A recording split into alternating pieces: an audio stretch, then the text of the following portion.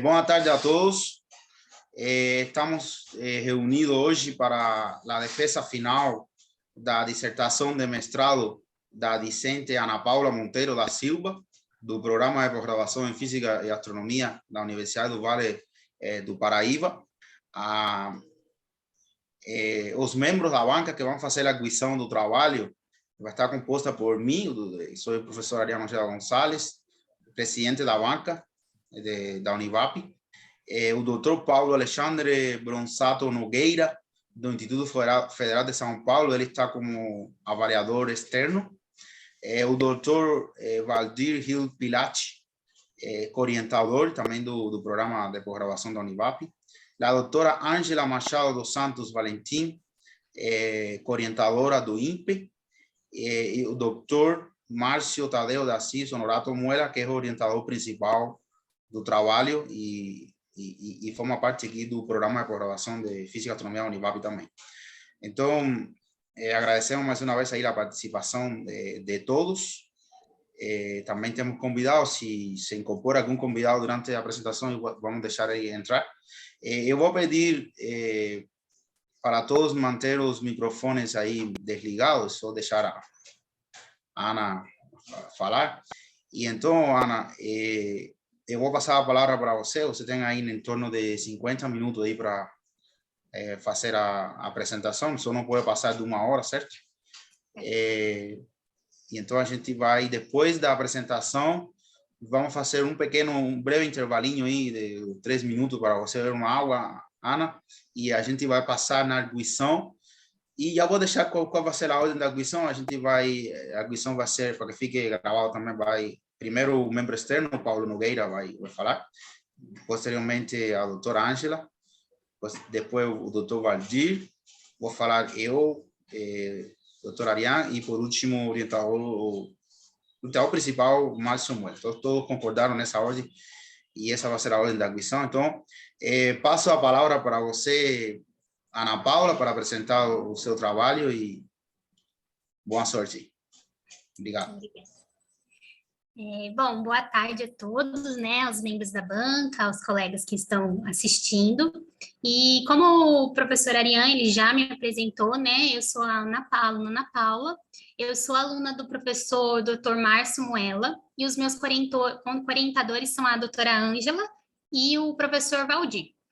E o título, né, da minha dissertação é O Estudo das Camadas Intermediárias Descendentes na Região Equatorial e de Baixa Latitude Brasileira. Aqui eu sumarizei, né, tem um breve sumário de como que vai decorrer a minha apresentação. Então, primeiro eu vou apresentar para vocês a grande motivação desse trabalho, os objetivos. Eu vou dar uma breve introdução, um pouco antes de definir o que seriam as camadas intermediárias. E nessas camadas intermediárias eu vou fazer a definição das camadas intermediárias e mostrar alguns estudos que já vêm sendo feitos com relação à camada intermediária na região em que eu fiz o meu estudo. Vou falar um pouquinho sobre a metodologia e instrumentação, vou apresentar os meus resultados e as conclusões obtidas. Então, começando, né, eu vou falar qual foi a grande motivação desse trabalho. A grande motivação foi que, apesar da gente ter inúmeros trabalhos já, né, sobre as camadas intermediárias, e ainda existem poucas informações sobre os processos químicos e físicos que ocorrem nessa região de vale dos setores equatorial e de baixa latitude. Então, nesse sentido, os estudos adicionais, eles precisam ainda ser realizados para que algumas peculiaridades, né, deste fenômeno possam ser melhor compreendidas, e é neste contexto, então, que o meu estudo ele se desenvolve. Qual foi o objetivo geral, então, desse trabalho, né? O objetivo geral dessa pesquisa foi justamente estudar a climatologia das camadas intermediárias descendentes sobre os setores equatorial e de baixa latitude brasileira. Os objetivos específicos, eles estão enumerados aqui, que seriam analisar os ionogramas das estações de Palmas e São José dos Campos, registrados no período de agosto de 2008 a julho de 2009 e de maio de 2013 a abril de 2014. Reduzir os parâmetros de altura e frequência de topo das camadas intermediárias e investigar se a formação das camadas intermediárias para ambos os setores apresenta variabilidade dia a dia, com a hora local, com a atividade solar e magnética e com a estação do ano. e também examinar os possíveis mecanismos, né, de formação dessas camadas intermediárias em setores de baixa e em setores equatoriais e de baixa latitude brasileira. Então, aqui, dando início agora, né, a uma pequena introdução, eu vou começar a falar para vocês um pouquinho sobre a atmosfera da Terra. O que a gente tem? A atmosfera da Terra, ela pode ser classificada de 3 formas distintas. Primeiro, pelo gradiente de temperatura, pelos processos físicos e químicos que nela ocorrem, e pelo estado de ionização também, sendo que ela pode estar no estado neutro ou no estado ionizado. O estado ionizado, ele é conhecido por ionosfera. E a ionosfera, ela é a região ionizada da atmosfera superior, que está compreendida entre aproximadamente 50 quilômetros de altura e a 1.000 quilômetros de altitude, né? E dadas as diferentes taxas de absorção e diferentes constituintes atmosféricos que a ionosfera, né, ela pode ser classificada também em algumas regiões, as quais elas já são conhecidas, como a região D, a região E e a região F.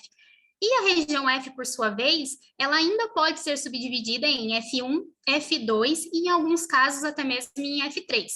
Então, aqui nessa imagem, eu fiz um traço, né, em preto e coloquei a CI. A nossa camada intermediária, ela se encontra em aproximadamente nessa altitude aqui.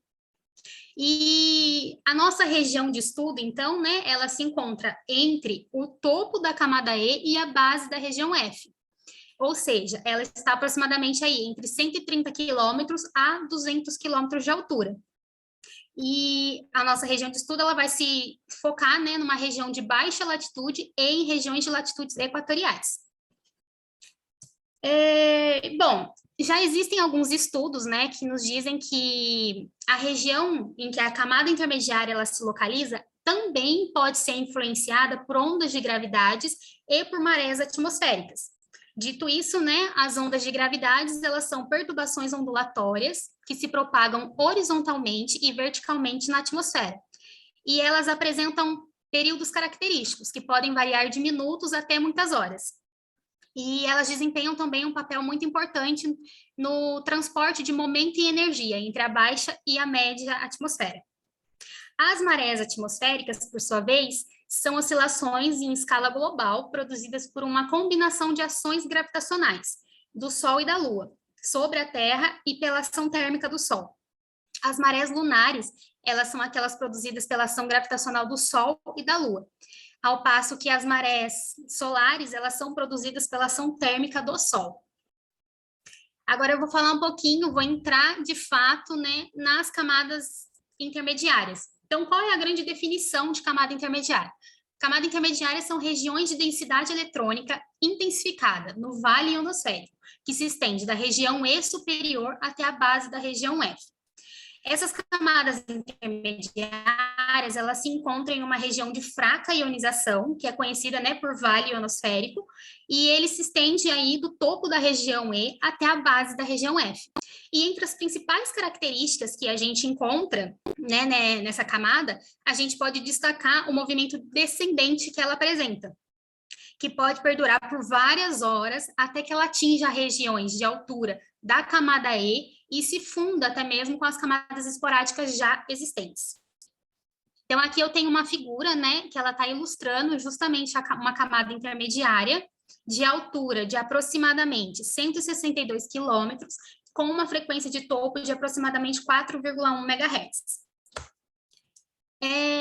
Agora, as primeiras observações, né, que foram feitas da camada intermediária sobre a região equatorial brasileira, né, elas foram feitas por De Paula e Rissel, em 2004. Eles utilizaram os dados do radar de espalhamento coerente de 30 MHz em São Luís. E o que eles conseguiram observar, né, com o estudo deles? Eles conseguiram observar que por volta mais ou menos das 9 horas local, os ecos em 150, eles estavam localizados em aproximadamente 165 quilômetros. Já o movimento de descida pode ser observado nas horas seguintes, de tal forma que próximo ao meio-dia local, os ecos eles já estavam localizados em aproximadamente 145 quilômetros de altura. Nas próximas horas, né, conforme foi passando, chegando próximo ao entardecer, eles perceberam um movimento gradual de subida novamente, onde a camada, né, ela pode ser observada em até aproximadamente 160 quilômetros de altitude. Então, aqui eles perceberam essa descendência, uma flutuação nessa camada, né? Ela desce e apresenta momentos de subida também. Bom, Santos et al. 2020 também mostraram, né, que a ocorrência das camadas intermediárias é alta tanto durante o mínimo quanto o máximo solar para a Cachoeira Paulista, que são essas curvas em azul. Já para São Luís, as curvas em vermelho ilustrar algumas diferenças entre os dois períodos observados, né? Então, se a gente perceber, em 2009, a taxa de ocorrência foi muito maior para São Luís do que em 2003.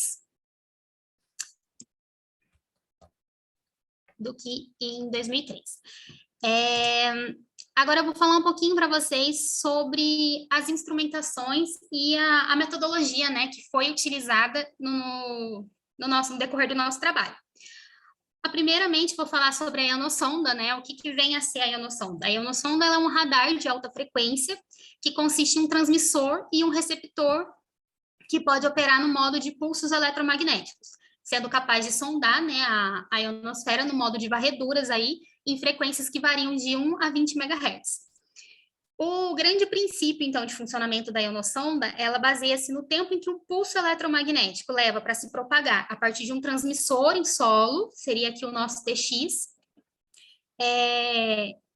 e ser refletido pela ionosfera em uma altura em que a frequência do pulso, ela se iguale à frequência do plasma. E, nesse momento, ela é refletida de volta para um receptor na Terra, né? E a coleta dos dados feitas por uma ionossonda, ela é essencialmente realizada pelos sinais dos ecos refletidos pelas camadas ionosféricas. O nosso estudo, ele foi realizado a partir dos dados obtidos pela uma ionossonda do tipo CAD, que é ela foi desenvolvida, né, pela Rede Canadense Espacial de Pesquisa Espacial. E nessa imagem aqui eu apresento para vocês a CAD em funcionamento, né, com um computador para o monitoramento e armazenamento dos dados ionosféricos em São José dos Campos. E aqui no primeiro módulo a gente encontra o monitor, né, e o computador em funcionamento. Nesse segundo módulo é onde estão alojadas as placas receptoras e nesse terceiro módulo seriam as placas do transmissor. E aqui ao lado a gente tem uma figura da antena de transmissão do tipo delta duplo. Os dados, né, que a gente pega da CAD, que são obtidos da CAD, eles precisam ser editados antes que a gente utilize. E, para isso, foi utilizado o software UDIDA, o qual permitiu que a redução e a análise e a interpretação, né, dos dados fosse possível ser realizada. Então, através do UDIDA, foi possível que alguns parâmetros essenciais para se realizar o estudo, tais como a altura virtual, a frequência de topo da camada intermediária e a altura virtual da camada F, fossem colhidas. Então, aqui eu tenho um exemplo, né, de um ionograma com uma camada intermediária presente, onde ela tinha uma altura de aproximadamente 142 quilômetros, uma frequência de topo de aproximadamente 4,4 MHz, e a altura da nossa camada, da camada F, aqui ela está mostrando em aproximadamente 210 quilômetros. E nessa tabela de redução, ela mostra exatamente como que eu colhi esses dados, né? Então, eu posiciono meu mouse, clico, e ela me dá os valores exatamente nesses quadradinhos, onde eu consigo colher essas informações.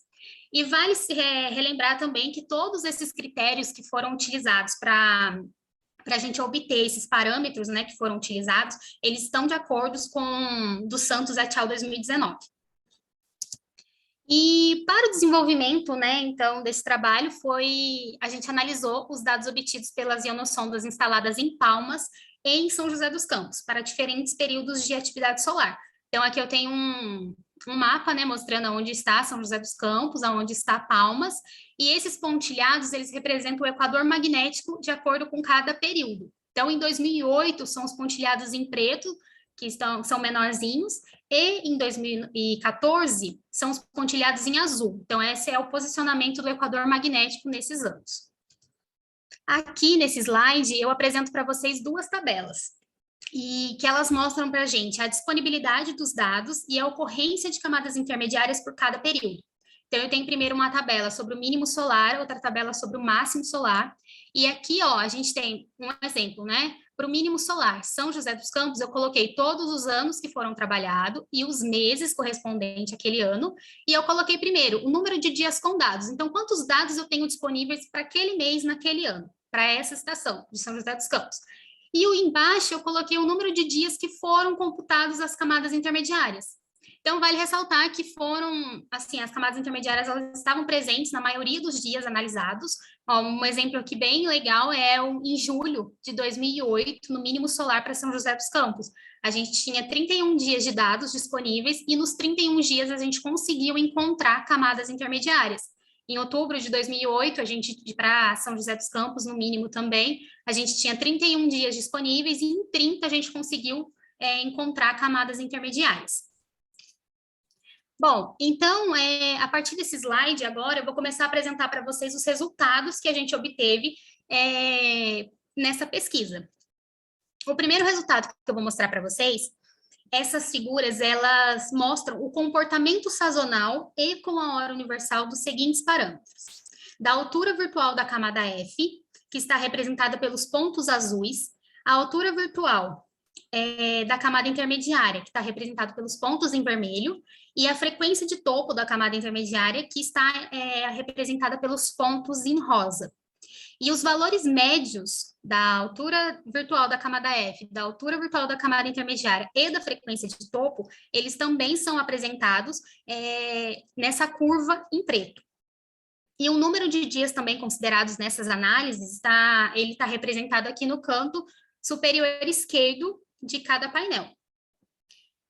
Bom, eu vou iniciar falando para vocês sobre os resultados do mínimo solar, logo em seguida eu mostro os resultados do máximo. Nessa primeira imagem, né, a gente tem duas imagens, para São José e para Palmas. E eu tenho uma imagem representativa, né, de São José dos Campos e de Palmas no equinócio, onde a gente pode observar uma concentração de camadas intermediárias entre as 8 e 18 UT, em São José dos Campos. Já em Palmas, as camadas estão mais dispersas quanto ao horário, e também é possível visualizar camadas intermediárias noturnas, o que a gente não conseguiu visualizar em São José dos Campos no mesmo período.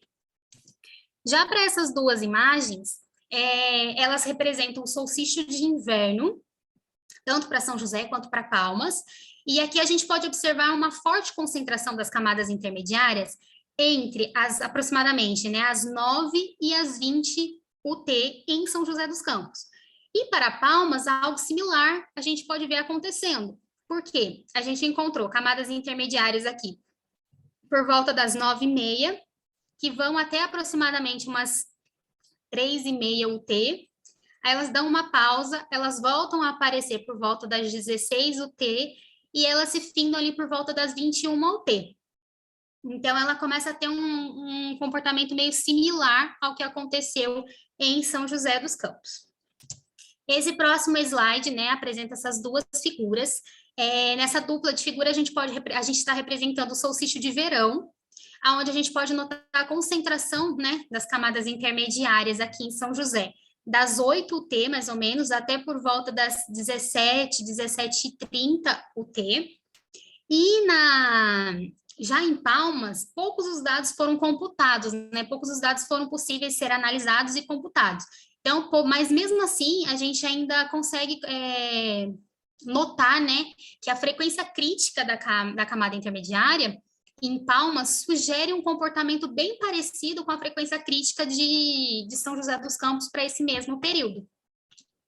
Bom, essas próximas imagens agora, do slide 21, 22 e 23, eu vou apresentar o mesmo estudo que eu apresentei para vocês agora, porém agora vai ser do período de máximo solar.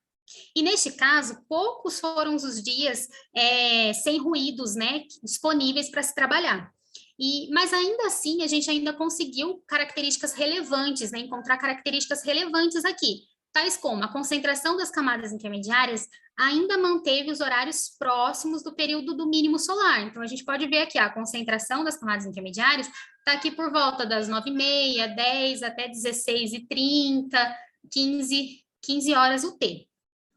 Já também é possível a gente perceber que a frequência crítica, né, dessas camadas, ela está bem parecida, né? Ela apresenta um comportamento bem similar ao período do mínimo solar, e também a gente conseguiu identificar camadas intermediárias em alturas bem distintas, né? Bem altas, vamos dizer assim, ó. Aqui em São José dos Campos, para o máximo solar, a gente encontrou camadas intermediárias entre 200 e 220 quilômetros de altura.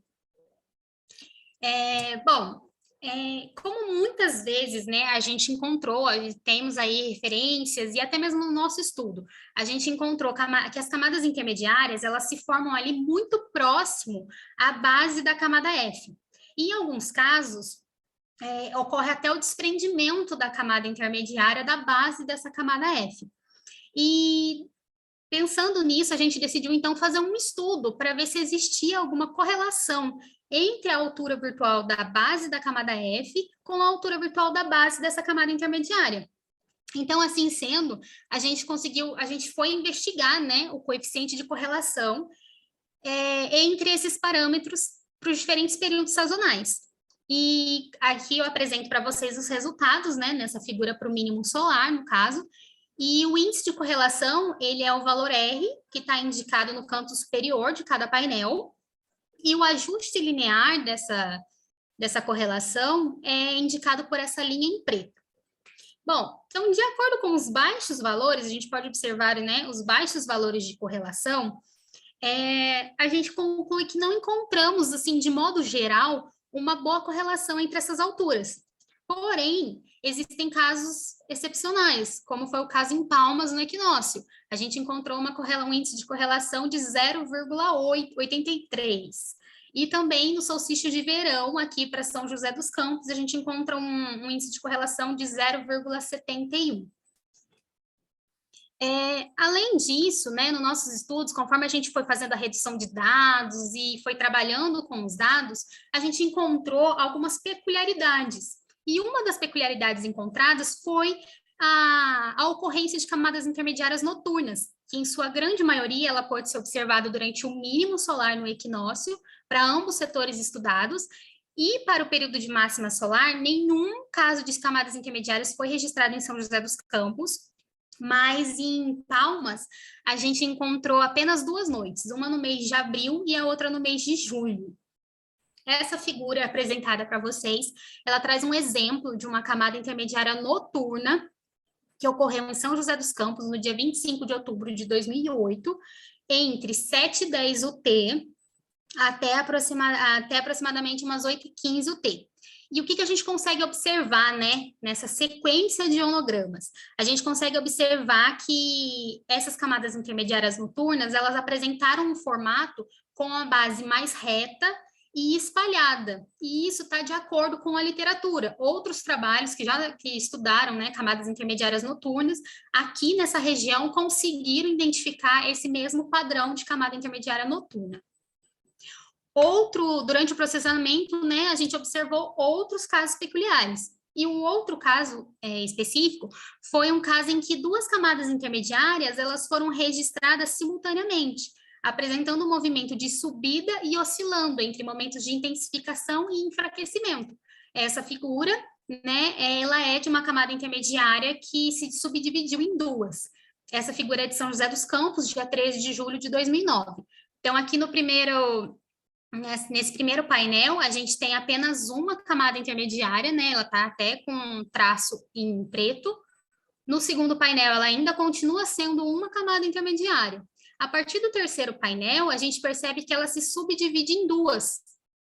Então, a gente passa a ter 2 camadas intermediárias no mesmo ionograma. Aqui no quarto painel, ela ainda são 2 camadas intermediárias. No quinto painel, elas se mantêm como 2 camadas. E a partir do sexto painel, elas desaparecem. Outro caso também que foi encontrado, né, de outra peculiaridade encontrada no nosso estudo, foi essas camadas intermediárias que se formam a partir de um desprendimento da base da camada F, conforme a gente consegue observar nessa sequência de figuras. O que eu tenho aqui, né? Aqui são uma sequência de ionogramas de Palmas, 16 de junho de 2009. Então, aqui no primeiro painel eu tenho a camada F1 e a camada F2. No segundo painel, a gente consegue perceber uma estratificação se formando aqui na camada F1, onde a setinha está indicando. No terceiro painel, a gente percebe que essa estratificação, ela se solta da nossa camada F1. No quarto painel, a gente percebe uma junção dessa estratificação novamente à base da nossa camada F1. E a partir do quinto painel, a gente consegue perceber esse desprendimento dessa estratificação, dessa chamada estratificação da base da camada F1. E é onde a gente, a partir desse momento, a gente pode começar a chamar essa camada de camada intermediária. E no slide seguinte, ela permanece aqui com a característica descendente, né, de uma camada intermediária. Bom, aqui eu vou dar uma pequena conclusão de tudo isso que a gente já viu até o momento. Então, bom, o que a gente pode concluir até o momento? Que as camadas intermediárias, em geral, elas são fenômeno diurno. O parâmetro de frequência de topo da camada intermediária, ele apresenta um comportamento bem similar ao da frequência crítica da camada E. Os valores médios de altura e frequência entre 6 LT e 18 LT, eles apresentaram pouca variabilidade em São José dos Campos durante o mínimo solar. Em Palmas, o mesmo comportamento pode ser notado no inverno. E com relação às alturas das camadas intermediárias, foi possível observar casos com alturas, né, acima de 180 quilômetros. De modo geral, a gente não conseguiu encontrar, então, uma relação entre a altura virtual da camada F e a altura virtual da camada intermediária, não havendo, então, uma correlação entre a variação da altura da camada F com a altura da camada intermediária. Algumas peculiaridades, né, elas foram encontradas, tais como as camadas intermediárias noturnas, as camadas simultâneas e as camadas formadas a partir de um desprendimento da base da camada F. Agora eu vou apresentar para vocês, a gente tinha um objetivo, né, de investigar algumas influências na camada intermediária. E um deles era a influência dos ventos na formação da dinâmica dessas camadas intermediárias, nos setores estudados, né? Então, para tanto, a gente realizou um estudo sobre os ventos, utilizando o modelo ionosférico da região E, conhecido como MIRI. O MIRI, inicialmente, ele foi um modelo desenvolvido por Carrasco et al. 2007, e tendo sido modificado em seguida por Rezende et al. 2017, que inseriram, né, um novo perfil de vento de maré, com base em dados obtidos por radar de meteoros, e em 2018A, eles ainda assim incluíram uma variabilidade sazonal dos íons metálicos. Mais recentemente, Conceição Santos et al. 2019, eles incluíram um comprimento de onda vertical dos ventos de maré, variáveis acima de 120 quilômetros. E todas essas modificações, né, que foram feitas e mencionadas aqui, elas foram muito importantes para que a gente conseguisse resultados um pouco mais confiáveis para o setor brasileiro, né, e assim melhorando, né, a precisão e a correção mesmo do modelo MIRI.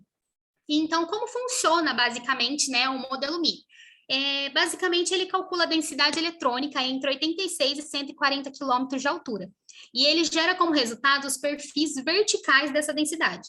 O modelo ele utiliza a equação da continuidade para calcular a variação de tempo da densidade iônica dos principais constituintes, presentes nessa faixa de altura, né? E como entrada, o modelo ele também pode ser empregado no modelo, ele também aceita, né, dados de ventos obtidos a partir de medidas de radar meteóricos. Com isso, o parâmetro de amplitude, comprimento de onda e fase das marés atmosféricas inferida das medidas do radar são inseridas nas equações de cisalhamento das componentes zonal e meridional dos ventos. Através, então, de perfis de vento e de extrapolações realizadas no modelo, foi possível que a gente obtesse o perfil da densidade eletrônica da camada intermediária e que a gente conseguisse verificar o seu movimento de descida, bem como a sua durabilidade. Então, para que isso fosse possível, né, foram utilizados como referência para essa simulação no MIRI, os dados das camadas intermediárias observadas em São José dos Campos para o mês de outubro do ano de 2008, representando o equinócio em São José dos Campos. Já para Palmas, a gente utilizou o mês de abril e junho de 2009, representando, então, o equinócio e o solstício de inverno em Palmas. Os ventos utilizados foram ventos representativos, e eles foram obtidos de medidas de radar meteóricos. E então, nesse caso, para São José dos Campos, o radar mais próximo era em Cachoeira Paulista. Então, a gente utilizou os ventos representativos de Cachoeira Paulista para São José dos Campos. E em Palmas, o radar mais próximo era em São João do Cariri. E foi o vento que a gente utilizou. Então, devido à proximidade, né, entre São José e Cachoeira Paulista, não foi necessário realizar nenhum ajuste nos ventos. Já em Palmas, né, como a localidade ali não é tão próxima, foi necessário que a gente fizesse alguns ajustes na amplitude dos ventos para todas as faixas de alturas, desde 86 quilômetros até 140. E vale ressaltar que esses resultados, né, obtidos aí dos ventos, a gente só conseguiu chegar neles, né, foram obtidos graças à colaboração da doutora Laisa Rezende, do INPE. Então, vamos lá, né, vamos começar aí com os resultados que a gente conseguiu através do modelo MI. Então, aqui eu vou apresentar para vocês, né, começar a apresentar os resultados da investigação sobre a influência dos ventos na formação e na dinâmica das camadas intermediárias em regiões equatoriais e de baixa latitude brasileira. Então, nessa primeira figura, a gente tem esse painel A. No painel A, o que eu mostro para vocês? Eu estou mostrando o perfil da densidade eletrônica em função do tempo e da altura, referente ao período de equinócio, em 2008, considerando somente a maré diurna do vento meridional para São José dos Campos. Então, o que a gente conseguiu observar nesse primeiro painel? A gente consegue observar que o modelo MIRI, ele simulou a presença de uma camada localizada em aproximadamente aí 136 quilômetros de altura e que foi formada em aproximadamente aí 17 UT. E essa camada, ela está representando, assim, as nossas camadas intermediárias estudadas. Por quê? Porque, se a gente perceber, ela se encontra localizada exatamente numa faixa de altura bem próxima àquela que as camadas intermediárias elas são geradas. E então essa camada também, ela está apresentando, ó, um movimento de descida muito bem definido. Já, se a gente agora observar o nosso painel C, o que a gente tem aqui? Aqui nesse painel C, eu apresento o mesmo resultado da simulação anterior, para o mesmo período e para a mesma localidade. A única diferença é que agora a gente está incluindo a maré semidiurna nos resultados. E aí a gente consegue verificar o quê? A gente consegue verificar que a partir do momento que a gente inseriu a maré semidiurna, foi muito importante, por quê? Porque a gente conseguiu modular o movimento de descida, tanto, né, dessa camada representativa aqui da camada intermediária, quanto das camadas inferiores, né? E as figuras B e D, elas são figuras que representam o perfil do vento meridional representativo, né, para o período de equinócio de 2008, utilizado como um dado de entrada no modelo. Aqui agora eu tenho mais uma figura que apresenta para vocês, feita pelo mesmo procedimento, né, realizado para a região aí de baixa latitude, porém agora ela foi realizada para Palmas, né, que é uma região mais equatorial. Então, o que a gente tem no painel A? No painel A, a gente mostra de novo o perfil da densidade eletrônica em função do tempo e da altura referente ao período de equinócio de 2009 em Palmas, e a gente considera somente a maré diurna do vento meridional, nesse painel A. E o que a gente consegue observar aí, né? Que somente com a maré diurna, a componente diurna do vento, né, a gente consegue observar a intensificação da densidade em aproximadamente aí 140 quilômetros de altura. E essa camada, ela representa um longo período de duração de movimento de descida. A gente consegue observar aqui, ó, ela tem um longo período de descida, né, durante todo o período que ela esteve presente. Aí, quando a gente inclui também a maré semidiurna, né, que a gente vem aqui agora para o nosso painel C, a gente observa que o período de ocorrência dessa camada, ele não se alterou. No entanto, a gente consegue observar algo bem similar com o que aconteceu em São José dos Campos, que foi a figura passada. A gente conseguiu obter uma modulação na descida dessa camada, a gente conseguiu observar. Então, vale lembrar também que o painel B e o D, né, são o perfil do vento meridional representativo, utilizado como dado de entrada no modelo. E aqui também eu falei, mas agora eu vou lembrar de novo, como a gente já havia falado, em Palmas era necessário que a gente fizesse um ajuste na amplitude dos ventos. Então, esse vento, ele foi a amplitude do vento em 1,5 vezes, em relação ao vento original. Então, a gente fez uma amplitude aí. E para Palmas, como a gente tinha falado, a gente não fez só para o equinócio esse resultado, né? A gente também gerou para o solstício de inverno. E aqui no solstício de inverno, então, o que a gente tem? Similar, né, ao que eu expliquei nos outros resultados, no painel A e no painel B, a gente tem respectivamente, né, o comportamento das camadas formadas no perfil do vento, considerando somente a maré diurna, e o B seria a entrada, né, do vento no modelo.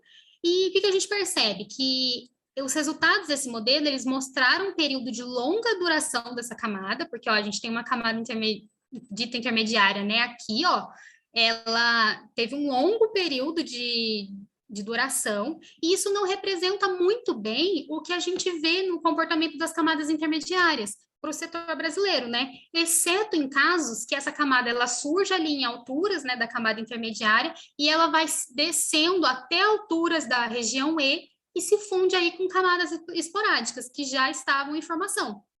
E é interessante a gente observar também nessa figura que no painel C, quando a gente considerou a maré semidiurna, não houve uma modulação nessa camada. Você pode perceber que ela continua com praticamente o mesmo perfil, né? Não foi visível aí a modulação como a gente conseguiu ver nas outras figuras. Mas vale lembrar também que aqui a gente está trabalhando com outro período sazonal, né? A gente está trabalhando com solstício de inverno. Então, as atividades aí, elas estão distintas. Então, não era meio que esperado mesmo que acontecesse o mesmo padrão que aconteceu nas figuras anteriores. Bom, então, gerando algumas conclusões, né, sobre o trabalho do MIRI. Em baixa latitude, a gente pode observar que a inclusão da maré semidiurna foi fundamental para modular o movimento de descida das camadas intermediárias para altitudes inferiores.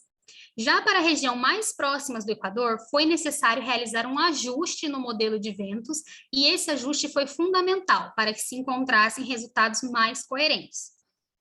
A figura de São José dos Campos, em 2008, ela indica uma forte influência dos ventos no surgimento das camadas intermediárias e na intensificação da descida, apresentada pelas camadas intermediárias em regiões de baixa latitude brasileira. Para o solstício de inverno, observou-se uma variação mais significativa na densidade eletrônica da camada. Ademais, diferente do que ocorreu no equinócio, a inclusão da maré semidiurna não gerou nenhuma modificação significativa na descida das camadas intermediárias. E, embora o modelo MIRI ele não cubra, né, toda a faixa de altura em que as camadas intermediárias elas são formadas, as análises aqui apresentadas elas evidenciaram de modo geral a importância do vento meridional na dinâmica dessas camadas intermediárias. Bom, então, de acordo também, né, com alguns autores e com a variabilidade diária também dos parâmetros das camadas intermediárias, a gente sabe que alguns parâmetros, né, da camada intermediária, eles podem ser resultados de algumas variações, tanto em variações de marés, variações de campos elétricos, dos íons metálicos, e também devido a ondas de gravidade. Então, né, de acordo com isso, a gente realizou uma extensa busca por evidências de ondas de gravidade nos dados já estudados, para ambos os setores avaliados. E nessa extensa busca, né, a gente encontrou apenas 3 dias com assinaturas claras de ondas de gravidade, porém em alturas onde se encontra a camada F, e em períodos que antecediam a formação da nossa camada intermediária. A gente escolheu o melhor evento, né, e o melhor evento, o vento, né, dito escolhido, foi o dia 12 de outubro de 2008, em São José dos Campos. Então, aqui eu apresento para vocês um gráfico de isofrequência para o dia 12 de outubro de 2008, em São José dos Campos. Nesse caso, a gente utilizou como referência as frequências em 2,02 MHz, que são os pontos em vermelho, 2,32 MHz, que são os pontos em pretos, 2,62, que são os pontos em rosa. E nota-se que o início dessa perturbação oscilatória, ele foi registrado ali próximo a 0T, né? E no dia 12 de outubro. E o seu término, ele ocorreu por volta das 9h30 UT. E essa perturbação, ela pode estar atribuída a uma propagação de ondas de gravidade. Essa linha em verde aqui, ó, na nossa figura, ela ilustra exatamente o momento em que a nossa camada intermediária, nesse dia, ela se dá ao início. Então, a gente tem aí um gráfico, né, de isofrequência, que está mostrando uma perturbação na nossa camada F, e logo em seguida inicia-se uma camada intermediária. Neste dia, né, a camada intermediária, então, ela ocorreu após as 9h50 UT, e, portanto, então, ela é muito próxima do período em que a camada F esteve bastante perturbada pela ação dos ventos, né, pela ação dessas oscilações na base da camada F. Então, verificou-se, né, que essa camada intermediária, ela nasce aí logo depois dessa perturbação da base da camada F, e ela perdura aí por umas 2 horas seguintes.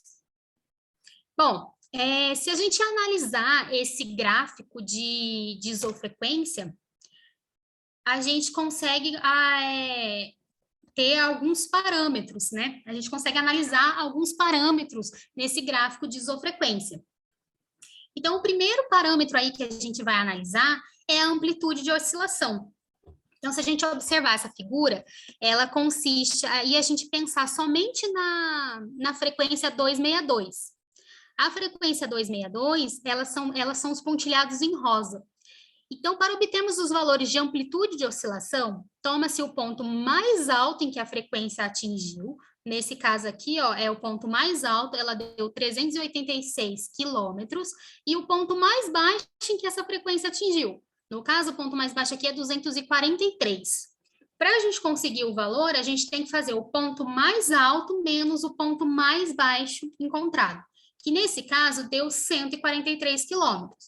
Logo, a gente tem, então, que a amplitude dessa oscilação, ela deu, nessa frequência, né, é de 143 quilômetros.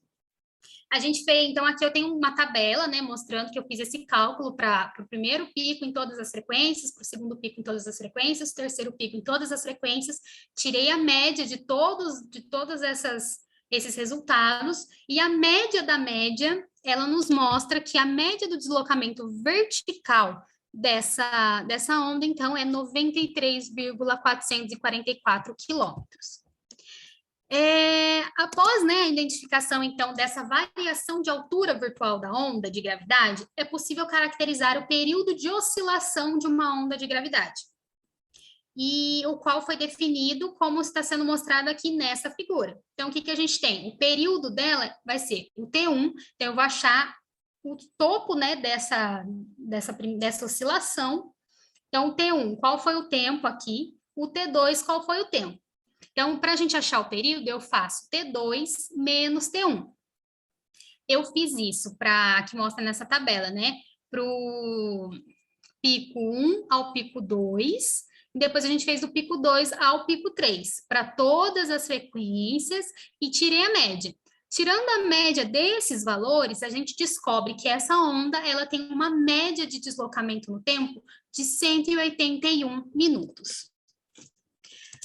Realizando também, né, é possível realizar também um estudo sobre a velocidade de fase vertical que é definido pelo deslocamento em altura dos máximos da onda, que seria esse delta H, dividido pelo respectivo deslocamento no tempo, que seria esse delta T nosso aqui.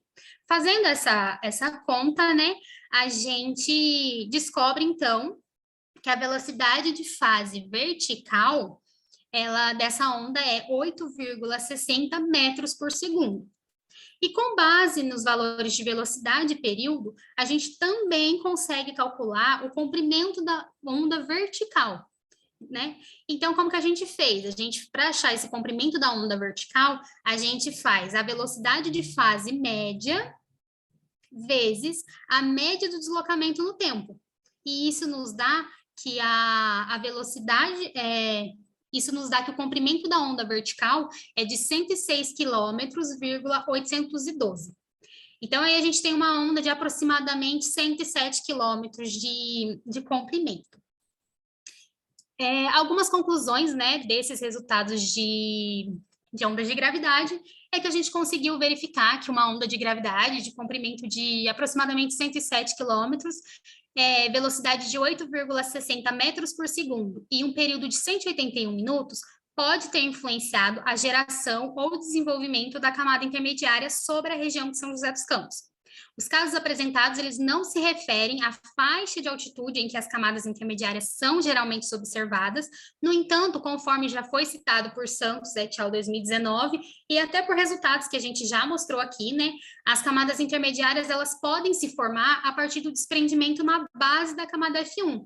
Então, a gente acredita, sim, que esse evento selecionado, ele foi apropriado, né, para se investigar uma possível influência das ondas de gravidade na formação das camadas intermediárias.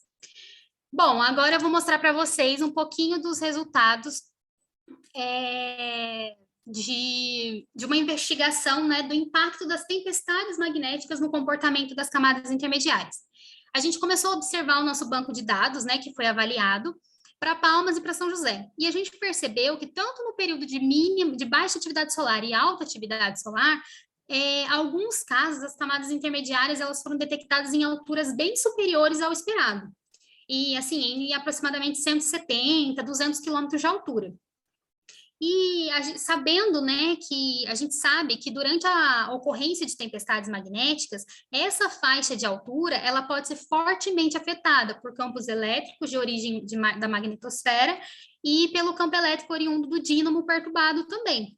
Então, com o intuito de investigar, né, se esse comportamento da camada intermediária pode ou não ter sido afetado com a tempestade magnética, nós fizemos uma varredura nos dados já analisados, né, para que pudéssemos encontrar dias em que ocorreram tempestades magnéticas consideráveis e que a presença dessas camadas intermediárias tivessem sido detectadas. Essa figura aqui, ela nos ilustra, né, uma sequência de 4 dias, sendo que um dia antes da tempestade, o dia da tempestade e 2 dias posteriores. Esses dias eles podem ser identificados através desses traços azul. Então, aqui é o primeiro dia, aqui é o segundo, o terceiro e o quarto dia. De cima para baixo, o que a gente tem? Eu tenho um índice magnético, SIN-H, um índice de atividade auroral e as alturas da camada, a altura virtual da camada F, de Palmas em vermelho e de São José em preto.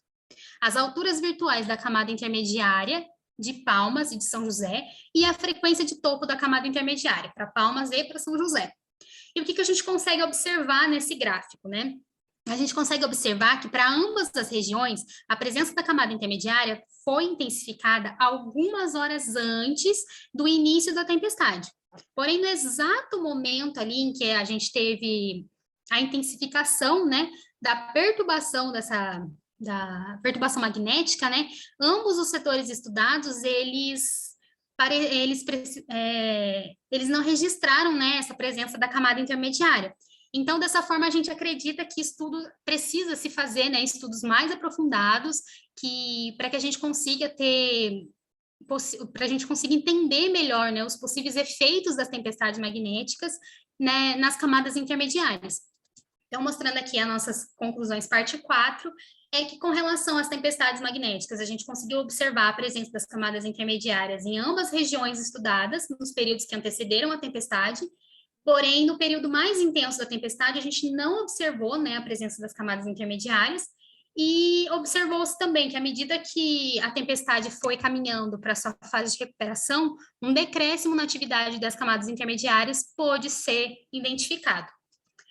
Então, agora relembrando, né, todas as conclusões que a gente tirou aí do trabalho, a gente conseguiu verificar, então, que as camadas intermediárias, elas ocorrem predominantemente durante o dia e que a sua ocorrência é alta. A frequência de topo da camada intermediária, ela apresentou um comportamento bem similar ao da frequência crítica da camada E. Não se encontrou uma correlação bem estabelecida entre a relação da altura virtual da camada E, F e da altura virtual da camada intermediária. E, além disso, algumas peculiaridades também foram encontradas, né? Como as camadas noturnas, camadas que se desprendem da base da camada F e as camadas simultâneas.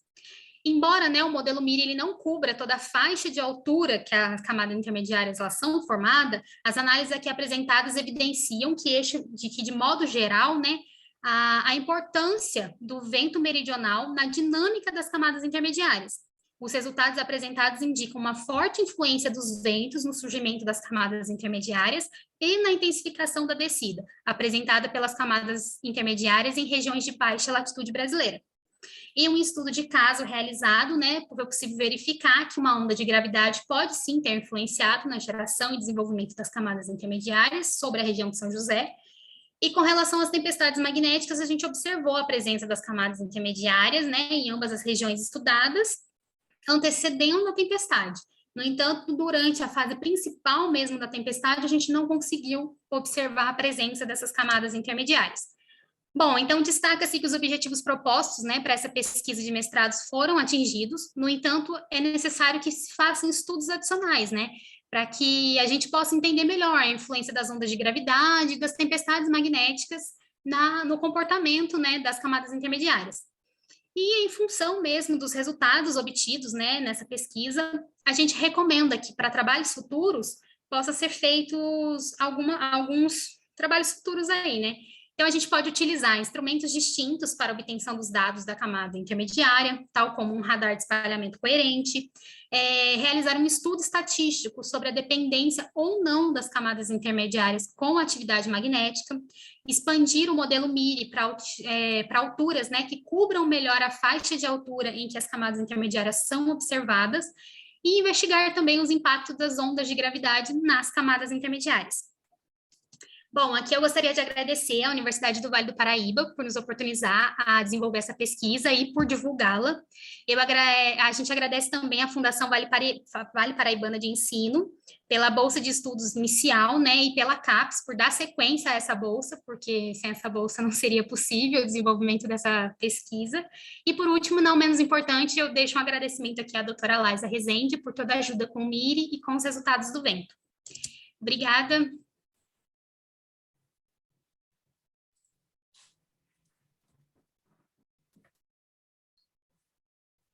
Ariane, sua voz está muda. Obrigado, sim. Obrigado, Ana Paula.